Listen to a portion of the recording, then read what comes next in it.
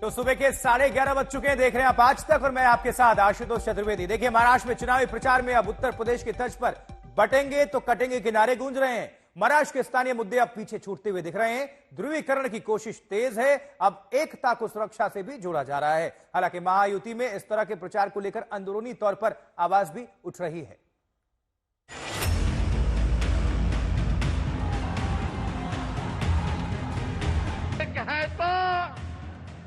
एक है तो रहिए और नेक रहिए। वो काम हम करेंगे। पहला काम जाति जनगणना, दूध का दूध पानी का पानी हो जाएगा, सबको पता लग जाएगा आदिवासी की, दलित की, पिछड़ों की कितनी भागीदारी।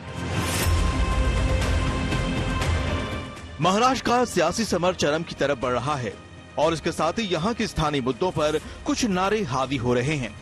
यूपी से चलकर ये नारे अब महाराष्ट्र की फिजा में गूंज रहे हैं। बीजेपी यूपी के सीएम योगी आदित्यनाथ की भी धुआंधार रैलियां महाराष्ट्र में करवा रही है ताकि महाराष्ट्र की चुनौतियों से पार पाया जा सके। और सबसे बड़ी बात ये कि एक रहने की सलाह वाले नारे महाराष्ट्र तक पहुंच गए हैं, साफ तौर पर बिना किसी लाग लपेट के। और इस बार ये नारा आया है खुद पीएम नरेंद्र मोदी की तरफ से। अलग अलग जातियों में टूटने से आप सोचिए कमजोर हो जाएंगे कि नहीं हो जाएंगे। एक है तो हमें एकजुट रहकर कांग्रेस के खतरनाक खेल को नाकाम करना है और विकास के रास्ते पर आगे बढ़ते रहना है। योगी आदित्यनाथ ने भी मथुरा में सबसे पहले तो नारा बटेंगे तो कटेंगे का दिया था। वही नारा वो महाराष्ट्र में भी दोहरा रहे हैं। भाजपा को लाइए,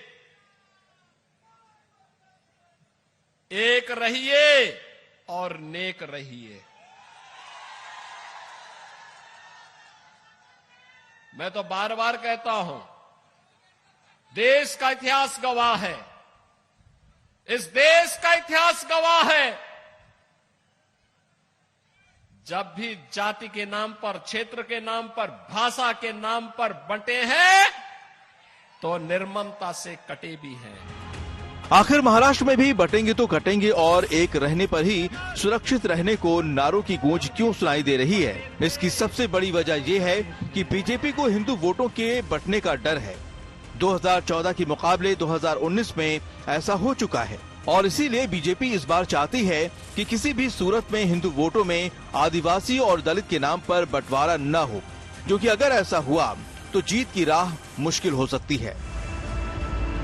3 वर्गों के आंकड़े कहते हैं कि 2014 के मुकाबले 2019 में बीजेपी ने ओबीसी वर्ग के 31% वोट गंवाए हैं। एनडीए को 50% वोट ही मिले, जबकि इंडिया गठबंधन को 39% ओबीसी वोट मिले, जो 24% की बढ़त है।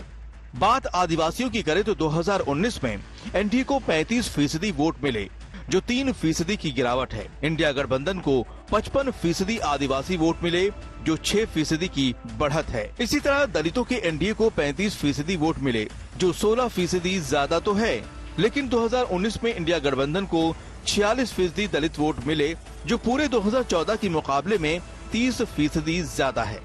तो बीजेपी इन नारों के जरिए एक साथ 2 निशाने साध रही है। एक तो वो जातियों में वोटों के बंटने का खतरा टाल रही है, तो वहीं दूसरी तरफ वो हिंदू मुसलमान का कार्ड खेलती भी नजर आती है, क्योंकि वो एकता को सुरक्षा के साथ जोड़ रही है। बार बार आपसे कहता हूं कि बंटिए मत। जब भी बटे थे तो कटे थे। एक है तो नेक है, एक है तो सेफ है और बटे थे तो कटे थे।